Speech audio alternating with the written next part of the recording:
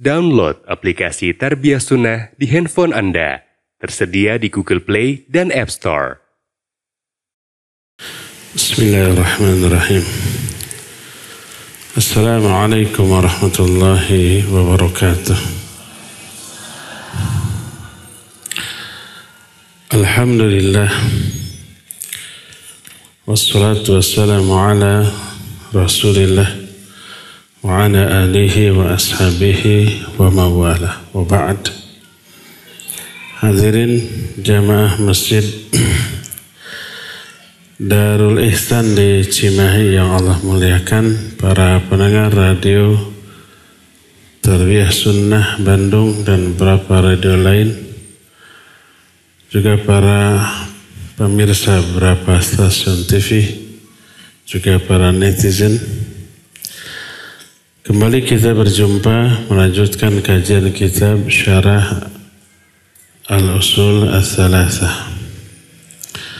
Kita sedang membahas jenis-jenis ibadah. Yang terakhir, inabah. Salah satu jenis ibadah yang hanya boleh dilakukan kepada Allah adalah al-isti'anah. Makna isti'anah adalah meminta pertolongan. Dan ini hanya boleh ditujukan kepada Allah Azza wa Jalla. Berdasarkan ayat, Iyyaka na'budu wa iyyaka nasta'in. Hanya kepada Engkau ya Allah kami ibadah, dan hanya kepada Engkau kami minta pertolongan. Dalam hadis riwayat Imam Ahmad dan At-Tirmidzi, Nabi SAW bersabda, "Idza sta'anta fasta'in billah." Kalau kamu minta pertolongan, maka minta pertolonganlah kepada Allah. Bagaimana minta pertolongan kepada makhluk, kepada sesama manusia, apa boleh apa tidak? Dirinci. Isti'anah atau meminta pertolongan ada 5 macam. Pertama, minta tolong kepada Allah, yaitu al-isti'anatul mutadamminatu likamalidz dzulli minal 'amdi li rabbih wa tafwidil amri ilaih wa itiqadi kifayatihi wa hadhihi la takunu illa lillahi ta'ala. Yaitu minta tolong yang mencakup sikap merendah yang sempurna kepada yang dimintai tolong. Menyerahkan, menyandarkan seluruh urusan kepada yang dimintai pertolongan. Dan yakin dengan seyakin-yakinnya yang dimintai pertolongan itu mampu melakukannya. Nah, isti'anah seperti ini haram, kecuali hanya kepada Allah. Tidak boleh kepada sesama makhluk, kepada manusia, baik yang masih hidup apalagi yang sudah mati. Karena di dalamnya ada sikap az-zullu wal khudu, ada sikap merendah, menghinakan diri, dan menyerahkan semua urusannya.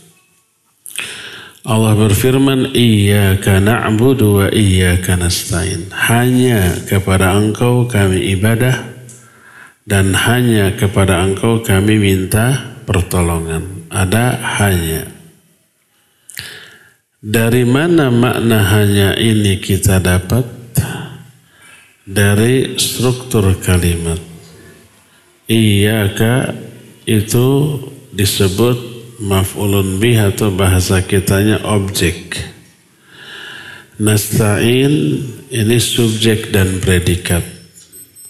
fi'il dan fa'il. Nasta'in subjeknya minta tolong, predikatnya minta tolong, subjeknya kami, nasta'in. Iyyaka itu maf'ulun bih. Dalam bahasa Arab, struktur yang baku adalah fi'il, fa'il, maf'ulun bih. Predikat dulu, subjek, lalu objek. Seperti umpamanya Muhammadun yaqra'u Qur'anan. Muhammad yaqra'ul Qur'an. Yaqra'u Muhammadun Qur'anan. Yaqra'u itu fi'il, Muhammadun fa'il, Qur'anan maf'ulun bih. Kata kerja, subjek, lalu objek. Itu yang baku. Kalau objeknya didahulukan, seperti dalam kalimat iyyaka nasta'in, iyyaka-nya didahulukan, nasta'inunnya diakhirkan, maka mengandung dua makna. Pertama, hasr. Hasr itu artinya hanya. Kedua, ihtimam. Ihtimam itu dipentingkan, si objeknya ini dipentingkan, sangat dipentingkan. Maka iyyaka na'budu wa iyyaka nasta'in diartikan hanya kepada engkau kami ibadah dan hanya kepada engkau kami minta tolong. Cuma dipentingkannya ini tidak terjemahkan, padahal makna dipentingkannya ini ada, dan itu hanya bisa difahami oleh orang yang faham makna dari struktur kalimat. Karena itu kemarin ada lewat di Instagram saya, Reel atau TikTok, di Arab suami istri, istrinya ini ahli nahu, guru nahu. Si suaminya sebelum berangkat bilang inni uhibbuki, artinya aku mencintai engkau, aku cinta padamu, I love you gitu. Kan biasanya istri seneng ya. Tapi si istri ini kalah marah, baut. Langsung dia meninggalkan suaminya pergi ke dapur. Suaminya kaget. Ada yang salah dari kalimat saya? Kata dia, tidak ada yang salah. Tapi itu artinya kamu mencintai banyak wanita. Di mana salahnya? Saya rinci. Lalu dia mengi'rab. Uhibbu fi'lun mudhari'un marfu'un litajarrudihi 'anil nasibi wal jazim wa 'alamatu raf'ihi dhammatun dhahirah wa fa'iluhu dhamirun mustatirun fi wujuban wa taqdiruhu ana. Terus maf'ul bih haqquhu ta'khir yadullu 'ala annaka tuhibbuni wa tuhibbu ghairi. Diakhirkannya maf'ul bih menunjukkan engkau mencintai aku dan juga mencintai wanita lain.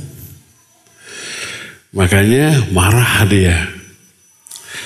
Kata suaminya, ini suaminya orang Arab juga, karena dialognya dengan bahasa Arab. Lalu kalimat yang benar gimana? Kalimat yang benar iyyaki uhib. Siapa namanya? Si maf'ulin bihnya atau objeknya harus didahulukan. Iyyaki uhib. Hanya engkau yang aku cintai. Ribetnya kalau punya guru bahasa Arab begitu.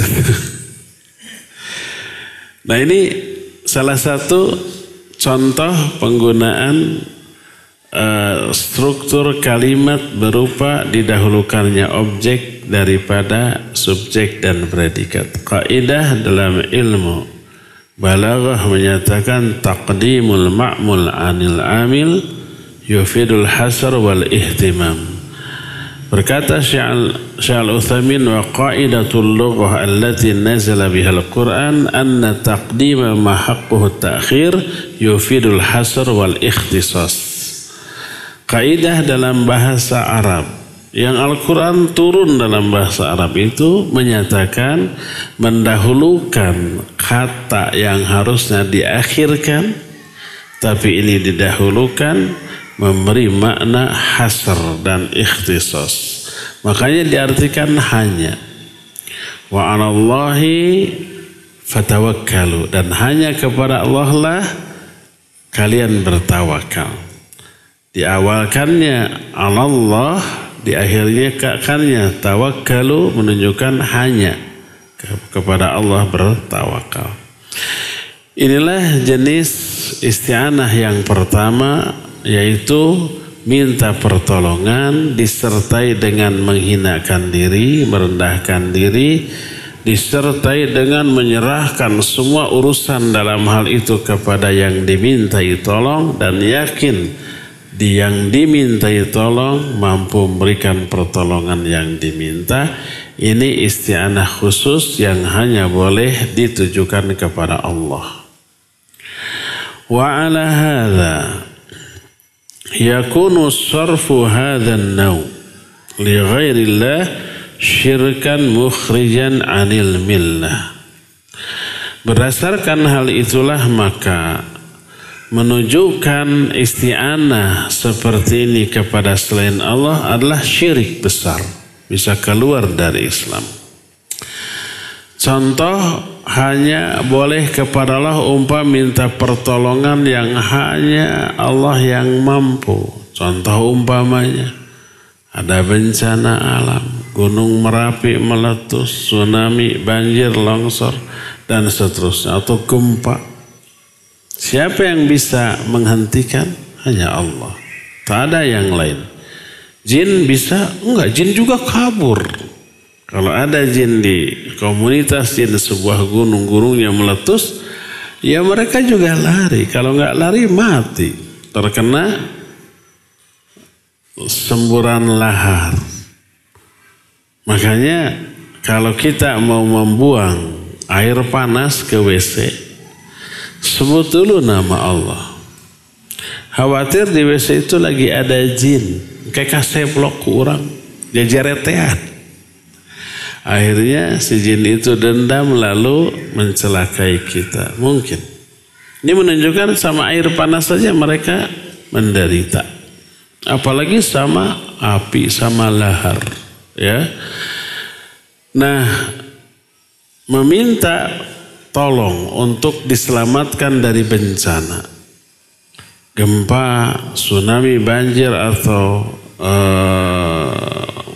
gunung meletus, tapi bukan kepada Allah, kepada sesama makhluk, baik makhluk hidup apalagi yang sudah mati, berarti minta tolong dalam perkara-perkara yang hanya khusus boleh dilakukan kepada Allah, ini syirik, maka tidak boleh. Ya, inilah jenis yang pertama. Kedua, al-isti'anatu bil makhluk ala amrin yaqdiru alaihi, fahadhihi ala hasbil musta'an alaihi. Fa in kana ala birrin fahiya jaizah lil musta'in masyru'atun lil mu'in. Liqailihi ta'ala wa ta'awanu 'alal birri wat taqwa. Kedua, minta tolong kepada makhluk dalam perkara-perkara yang makhluk itu mampu memberikan pertolongan yang kita minta.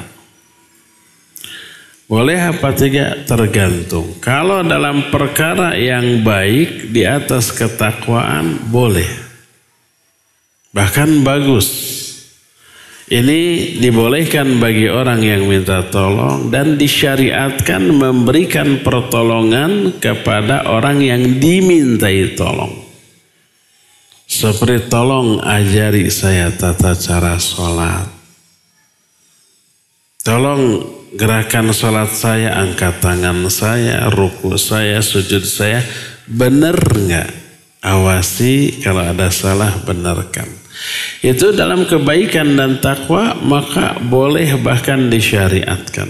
Allah berfirman, wa ta'awanu 'alal birri wat taqwa. Adapun dalam perkara yang diharamkan maka tidak boleh. Haram minta tolong dalam perkara yang diharamkan. Tolong belikan saya minuman keras. Tolong bantu saya nomor berapa nih yang saya harus pasang biar menang. Ini haram. Karena apa? Dalam perkara dosa dan permusuhan.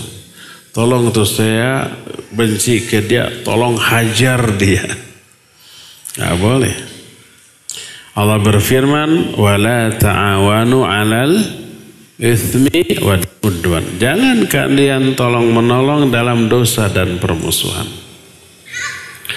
Adapun dalam perkara-perkara yang mubah boleh. Tolong angkatin galon ini ke sana.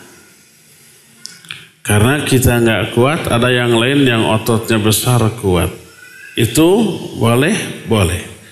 Boleh bagi orang yang minta tolong, disyariatkan bagi yang dimintai tolong untuk menolong. Ada umpamanya anak kecil atau nenek-nenek, kakek-kakek di jalan raya mau nyebrang nggak bisa, minta tolong. Tolong seberangkan. Menyeberang hukumnya mubah, tidak haram. Maka boleh seberangkan. Dan melakukannya adalah berbuat baik, maka disyariatkan. Boleh bagi yang minta tolong dalam perkara yang mubah, disyariatkan memberi pertolongan bagi yang dimintai tolong dalam perkara yang mubah, karena itu ihsan. Allah berfirman, wa ahsinu innallaha yuhibbul muhsinin. Berbuat ihsanlah kamu, karena sungguhnya Allah mencintai orang-orang yang berbuat ihsan. Jadi minta tolong dalam perkara ini dibolehkan. Ketiga, al-isti'anatu bi makhluqin hayyin hadirin ghairi qadirin. Fahadhihi laghwun la ta'ila tahtaha. Misal ayasta'ina bi syakhsin dha'ifin ala hamli syai'in thaqil. Ketiga, meminta pertolongan kepada makhluk yang ada di sana, dan makhluk ini hidup ada di sana, tapi dia tidak mampu memberi pertolongan yang kita minta. Maka ini percuma, kesia-siaan. Contoh tolong ambilin galon yang berisi 20 kilo ya, tapi kepada anak kecil. Atau kepada orang yang ceking kurus, berat badannya cuma 40 kilogram. Tolong bawa karung ini isinya 50 kilo. Atau ngarampayak eta budak. Jadi minta pertolongan kepada orang yang tidak mampu melakukannya. Dan yang dimintai tolong makhluk hidup, orang. Dan ada di sana. Maka ini kesia-siaan. Ya. Ini yang ketiga. Keempat. Al-isti'anatu bil amwati mutlaqan au bil ahya ala amrin ghaibin la yaqdiruna ala mubasharatihi. Fahadha syirkun li'annahu la yaqa'u illa min syakhsin ya'taqidu anna li haula tasarrufan khafiyan fil kaun. Keempat, minta pertolongan kepada orang yang sudah mati secara mutlak. Baik yang sudah mati ini orang soleh, seperti para nabi, para rasul, para sahabat, para ulama, para wali, para sholihin, tapi sudah mati. Apalagi kepada orang durhaka, bekas dukun, bekas tukang sihir mati umpamanya. Lalu kita mintai pertolongan. Atau minta tolong kepada orang yang hidup. Tapi dalam perkara-perkara gaib yang orang hidup itu tidak bisa memberikan pertolongan yang diminta. Seperti umpamanya menemukan barang yang hilang. Atau yang sejenisnya. Maka tidak diragukan lagi ini syirik. Kenapa? Karena tidak mungkin ini dilakukan kecuali orang yang minta tolong meyakini yang dimintai tolong itu punya kemampuan untuk mengatur alam ini. Seperti orang sudah mati kita datang ke kuburannya lalu minta wahai mbah, wahai kakek, wahai nenek gitu. Tolong lancarkan rizki saya. Mudahkan jodoh saya. Kenapa dia minta begitu? Karena dia yakin si kakek, si nenek yang sudah mati itu punya kemampuan untuk mengatur sebuah perkara dalam kehidupan di dunia. Maka ini syirik. Tidak boleh karena berdoa kepada orang yang sudah mati. Doa itu ibadah. Kepada siapa? Beribadah kepada yang kita mintai doa. Maka Nabi SAW bersabda, ad-doa huwal ibadah. Doa itu ibadah. Kalau kita berdoa kepada Allah berarti beribadah kepada Allah dalam bentuk berdoa. Kalau kita berdoa kepada orang yang sudah mati berarti beribadah kepada orang yang sudah mati. Dan beribadah kepada selain Allah haram, terlarang. Inilah yang jenis yang keempat. Kelima atau poin terakhir adalah al-isti'anatu bil a'mal wal ahwal al-mahbubati ilallah. Wahadi masyru'atun bi amrillah. Kelima, meminta pertolongan dengan melakukan amal atau perkara yang dicintai oleh Allah. Maka ini disyariatkan atas perintah Allah walaupun tidak masuk akal. Walaupun tidak ada penjelasan ilmiahnya. Allah berfirman wasta'inu bis-sabri was-shalah. Minta tolong kamu kepada Allah dengan cara sabar dan sholat. Sabar dan sholat amal soleh yang Allah cintai. Minta pertolongan dengan cara sabar dan sholat. Apa hubungannya sabar dan sholat terhadap masalah yang kita hadapi? Mungkin tidak ada hubungan. Tapi nanti Allah yang mengaturnya. Kalau orang sabar, orang sholat, minta kepada Allah, Allah mudahkan semua urusannya. Sabar dan sholat adalah wujud nyata dari ketakwaan. Allah berfirman, wa may yattaqillah yaj'al lahu makhraja. Siapa yang bertakwa kepada Allah, Allah berikan solusi, jalan keluar. Wa may yattaqillah yaj'al lahu min amrihi yusra. Siapa yang bertakwa kepada Allah, Allah akan jadikan semua urusannya itu menjadi mudah. Contoh lain umpamanya minta tolong untuk kesembuhan dari penyakit dengan cara sedekah. Kan menurut akal nggak nyambung.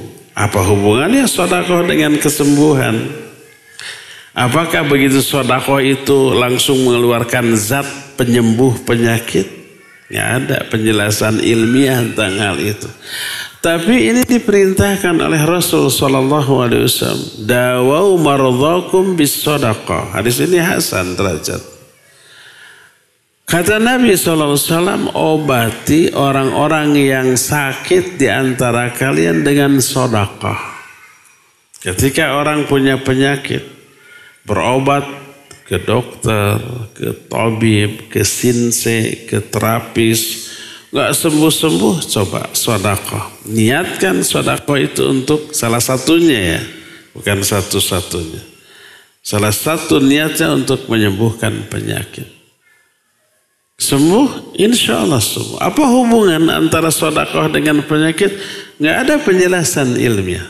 Tapi penjelasan syar'i jelas. Allah yang memberi penyakit, Allah yang menyembuhkan. Dan Allah menetapkan salah satu kesembuhan adalah sedekah. Dan ini sudah dilakukan oleh para ulama. Abdullah bin Mubarak rahimahullah punya luka di mana di kakinya sudah 7 tahun. Berdarah, bernanah, sudah berobat ke tabib, ke ahli pengobatan, nggak ada sembuh. Konsulah beliau ke salah satu gurunya. Kata gurunya, coba kamu sedekah. Dan niatkan sedekahmu untuk kesembuhan penyakit. Karena Nabi SAW menyatakan, dawau mardhakum bis sedekah. Akhirnya beliau membuat sumur. Setelah keluar airnya, orang dibebaskan mengambil air dan sedekah beliau kepada semua orang.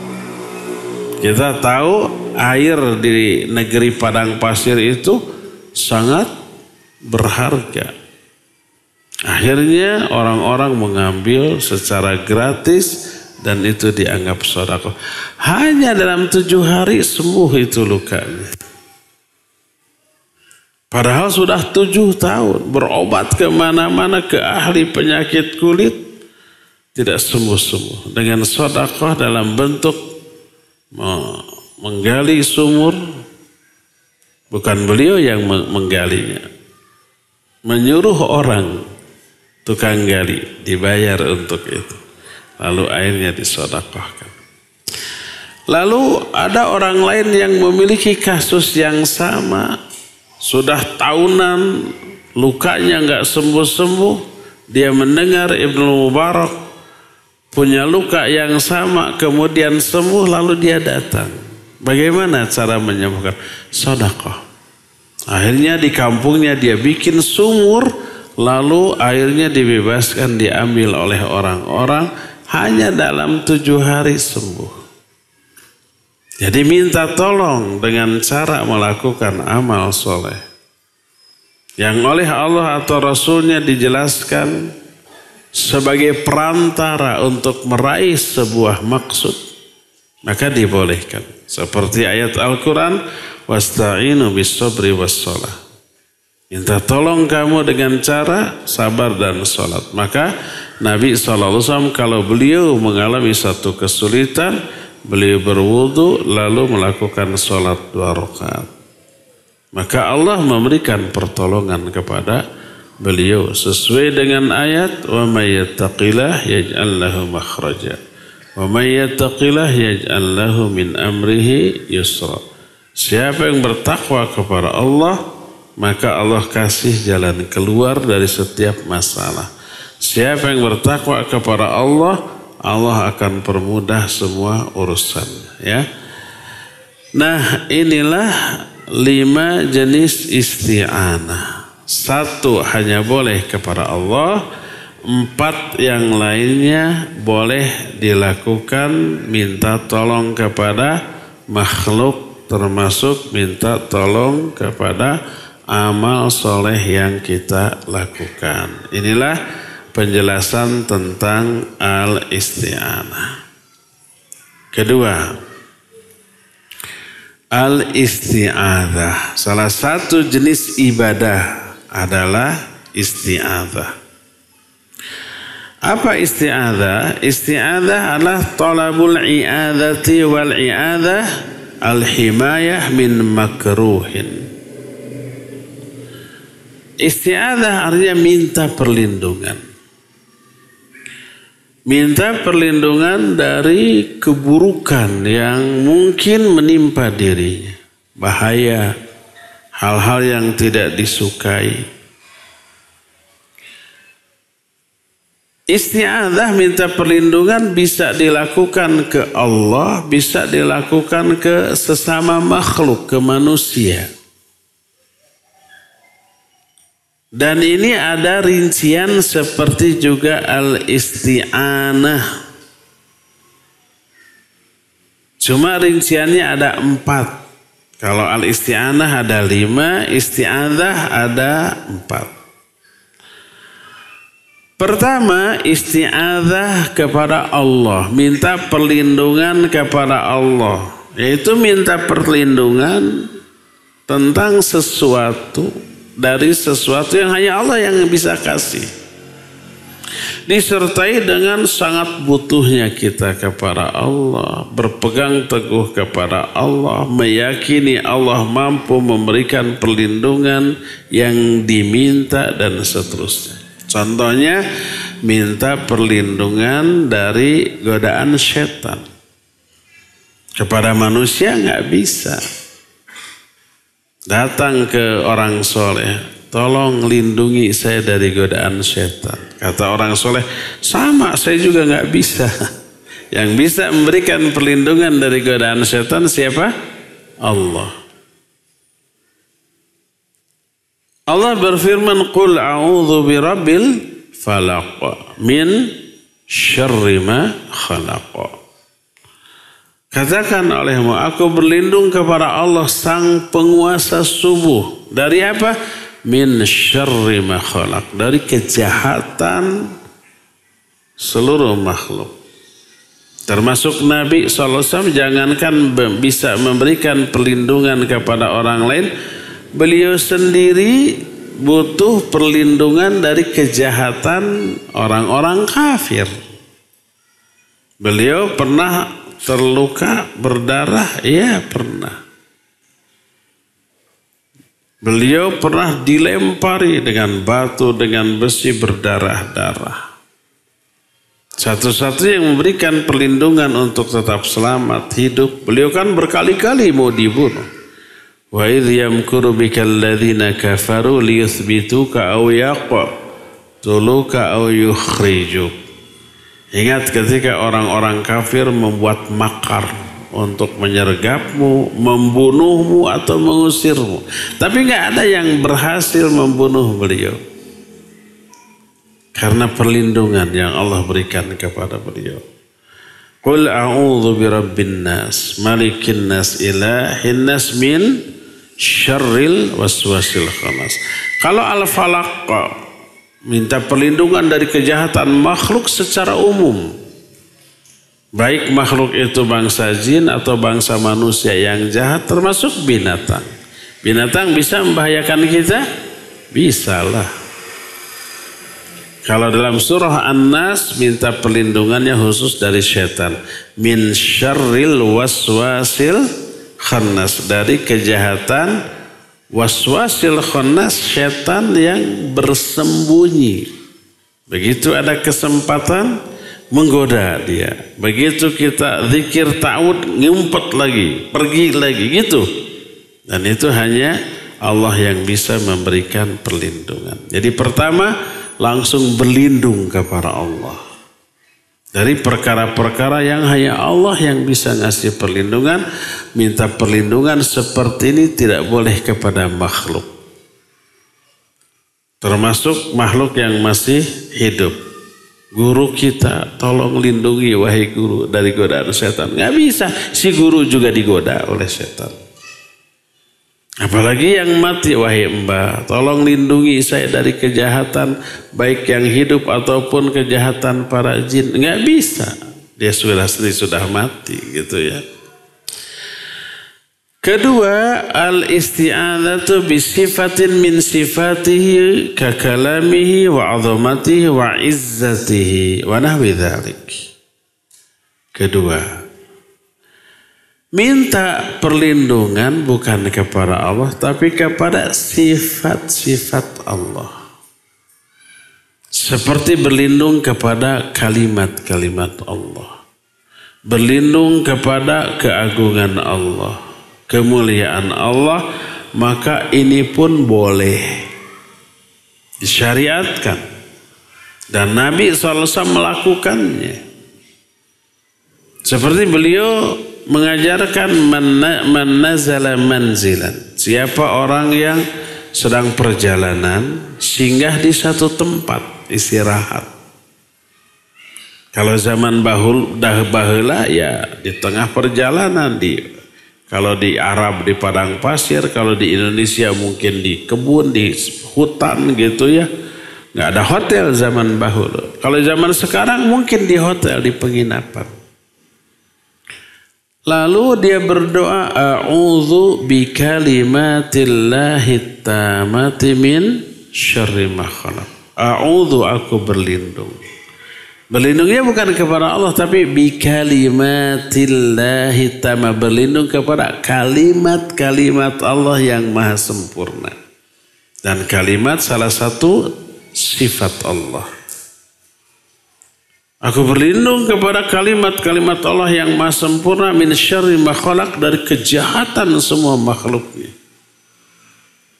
Siapa orang yang membaca doa ini ketika singgah di suatu tempat, lam yadhurruhu syai'un, tidak akan dimadaratkan oleh apapun, oleh siapapun.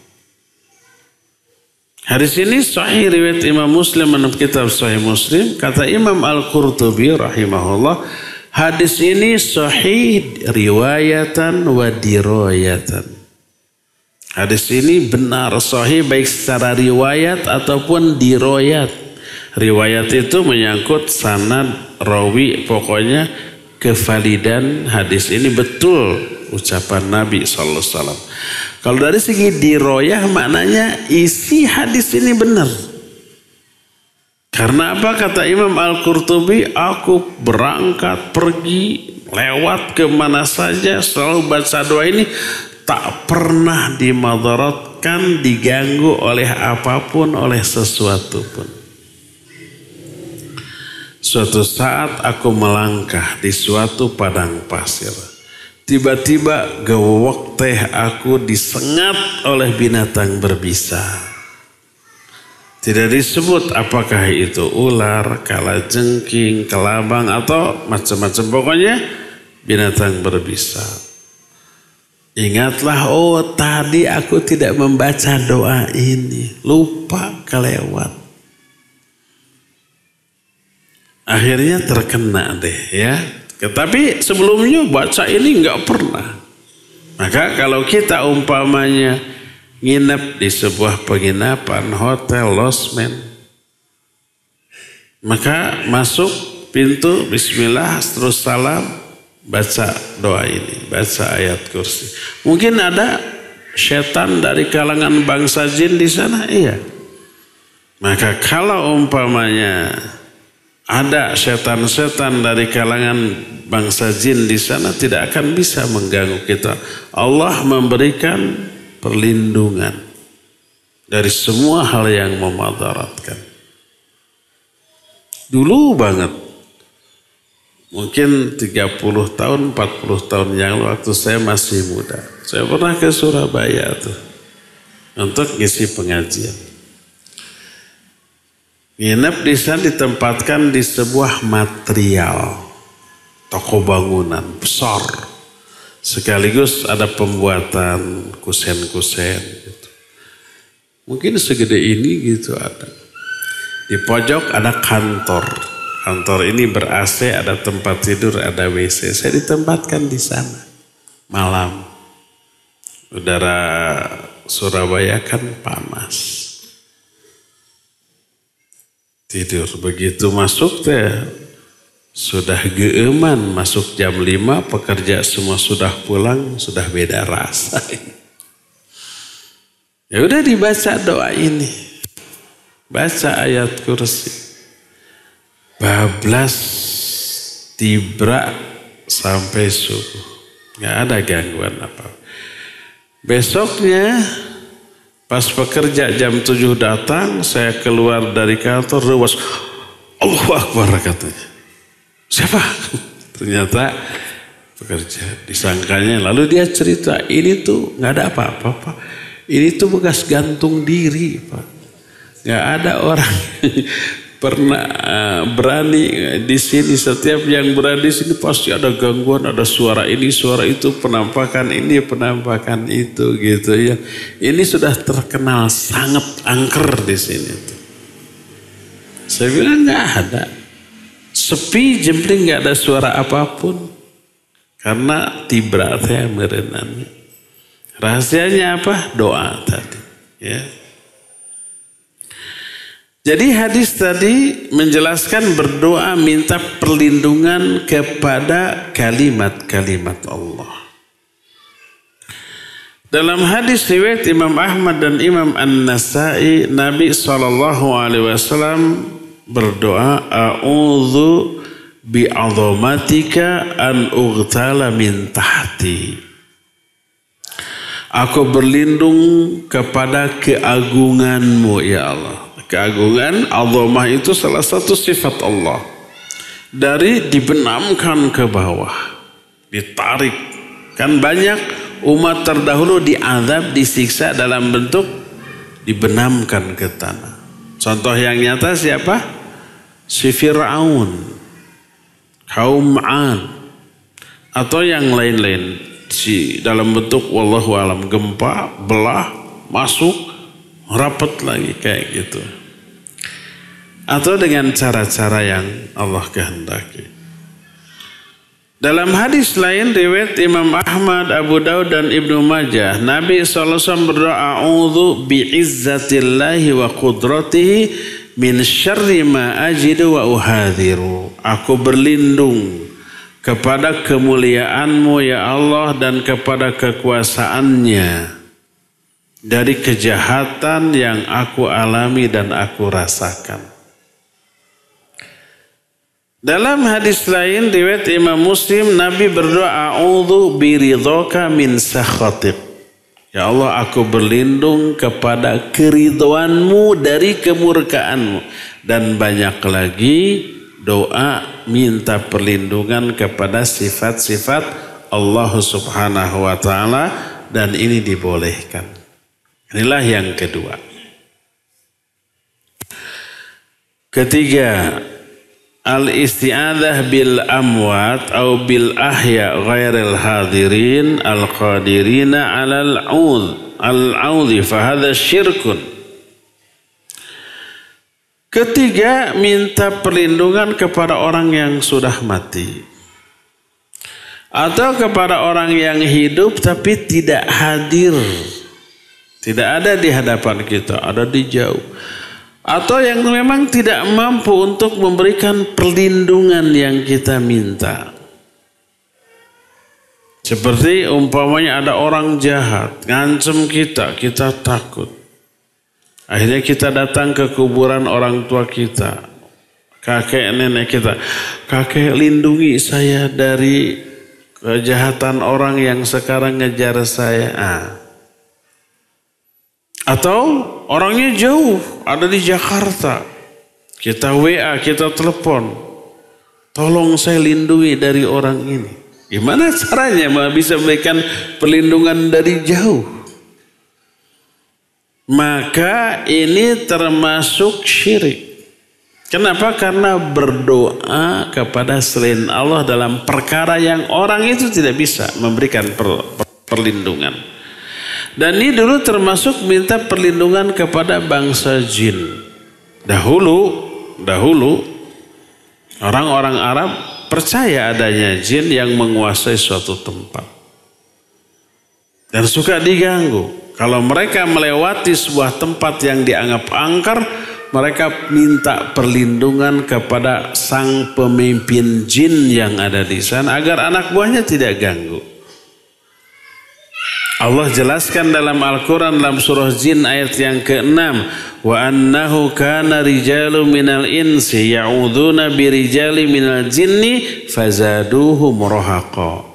Ada beberapa orang laki-laki dari kalangan manusia meminta perlindungan kepada laki-laki bangsa jin, dan itu hanya menambah kedurhakaan mereka. Durhaka nggak boleh. Jadi dulu orang-orang Arab jahiliyah kalau lewat suatu tempat dia berseru, wahai jin fulan, lindungi saya dari gangguan anak buahmu. Setelah Islam datang, oleh Nabi SAW dilarang. Lalu sebagai gantinya diberi doa tadi, a'udzu bikalimatillahi tammati min syarri ma khalaq. Hafalkan doa itu. Itu mujarrab, itu ampuh untuk melindungi diri kita dari kejahatan makhluknya. Ya. Inilah jenis yang ketiga. Keempat, al-isti'adzatu bima yumkinul 'udz bihi minal makhluqin minal bashar awil amakin aw ghairiha fahadha jaiz. Minta perlindungan kepada makhluk baik orang atau tempat yang bisa memberikan perlindungan yang diminta, maka boleh. Seperti kita ada yang mengancam mau disakiti apalagi mau dibunuh, kita datang ke polisi minta perlindungan. Polisi bisa nggak ngasih perlindungan? Bisa. Dicari orang yang ngancam itu, gawok, ditewak. Atau menyewa bodyguard. Bodyguardnya terlatih, jagoan, kuatan. Minta perlindungan, tolong lindungi saya ada yang mengancam. Boleh? Boleh. Karena orang itu mampu memberikan perlindungan yang kita minta. Oleh karena itulah maka Nabi SAW pernah menyatakan man tasyarrafa laha tastasrifuhu wa man wajada malja'an aw ma'adan falya'id bihi. Kata Nabi SAW ketika berbicara tentang akhir zaman, zaman fitnah, beliau menyatakan ketika ada orang yang mau memburu, membinasakan, membunuh kita, disebutkan wa man wajada malja'an au ma'adan, siapa yang bisa menemukan satu tempat berlindung atau benteng yang bisa melindungi dia, silakan dia berlindung di sana. Oleh karena itulah maka kalau kita meminta perlindungan kepada makhluk dalam perkara yang makhluk itu bisa ngasih perlindungan yang kita minta, maka dibolehkan dan tidak tercela. Dan ini pernah dilakukan oleh orang-orang zaman dahulu baik kepada Nabi SAW ataupun kepada para ulama. Ada orang tuh datang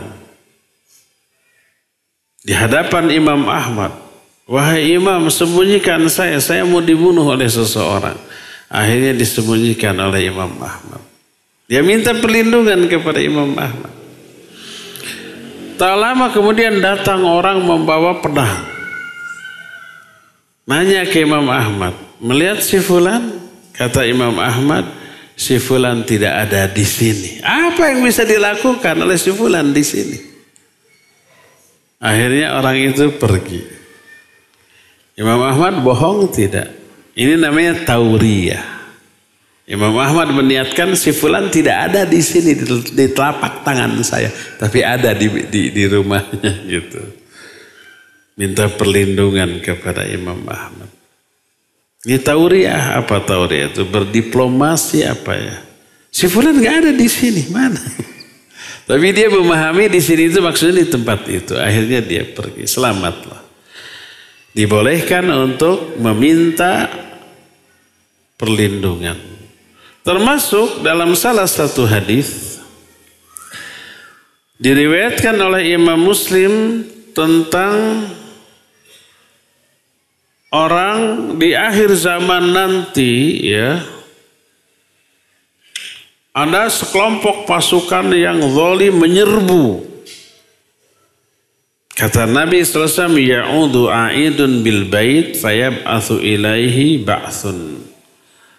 Maka ada orang yang berlindung di Ka'bah.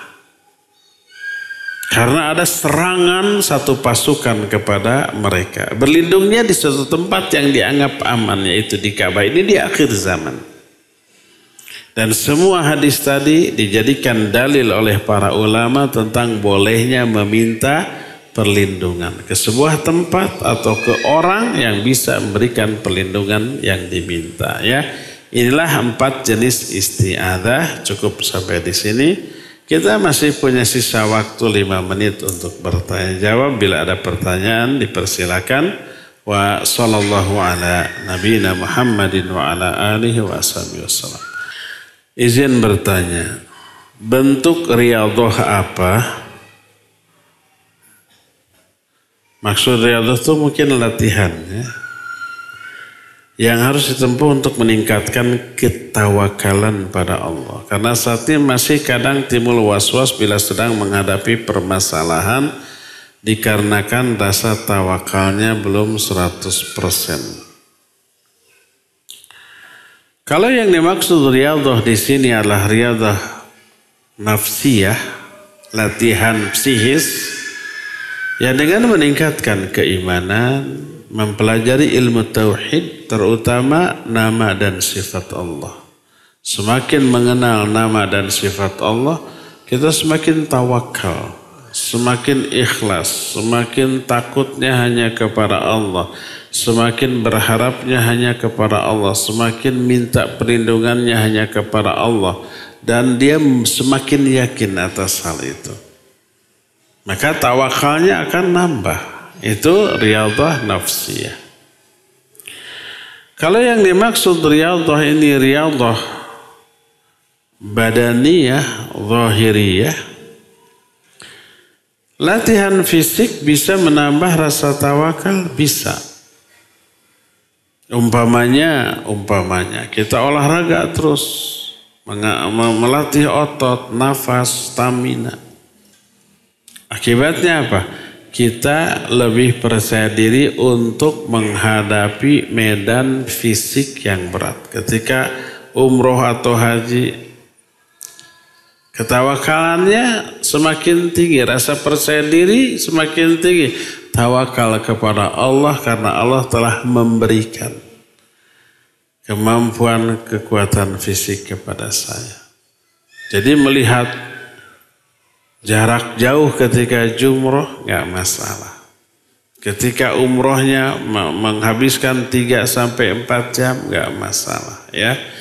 Kalau itu dilakukan dalam rangka meningkatkan kualitas ibadah kita, maka melakukan olahraga seperti itu boleh tanpa mengabaikan ibadah. Terakhir ya, jika kita tinggal di kontrakan milik pemerintah, setiap bulannya ada batas waktu pembayaran hunian dan air. Jika telat dari tanggal segitu, maka akan ada denda. Apa kontrakan tersebut memiliki unsur riba? Iya, itu riba. Karena apa? Bayaran yang belum terbayar dari waktunya dianggap hutang. Ketika hutang itu terlambat dibayar lalu ada penambahan, ya itu riba. Kullu qardin jarra bihil manfa'ah fahuwa riba. Termasuk denda keterlambatan adalah riba. Umpama kita pinjam, terus ketika bayar telat, sehari didenda walaupun hanya Rp1, maka tetap Rp1 itu riba. Mau besar mau kecil yang namanya riba dosanya sama. Ya. Bagaimana kalau kita tahu ada riba tapi pasti tidak akan terkena karena tidak akan terlambat bayar. Sebelum waktunya kita bayar, sebelum waktunya kita bayar. Jadi tidak pernah terkena denda atau riba. Boleh? Tetap tidak boleh. Kenapa? Karena kesepakatan yang mengandung unsur ribawi itu kita ridhoi, kita sepakati.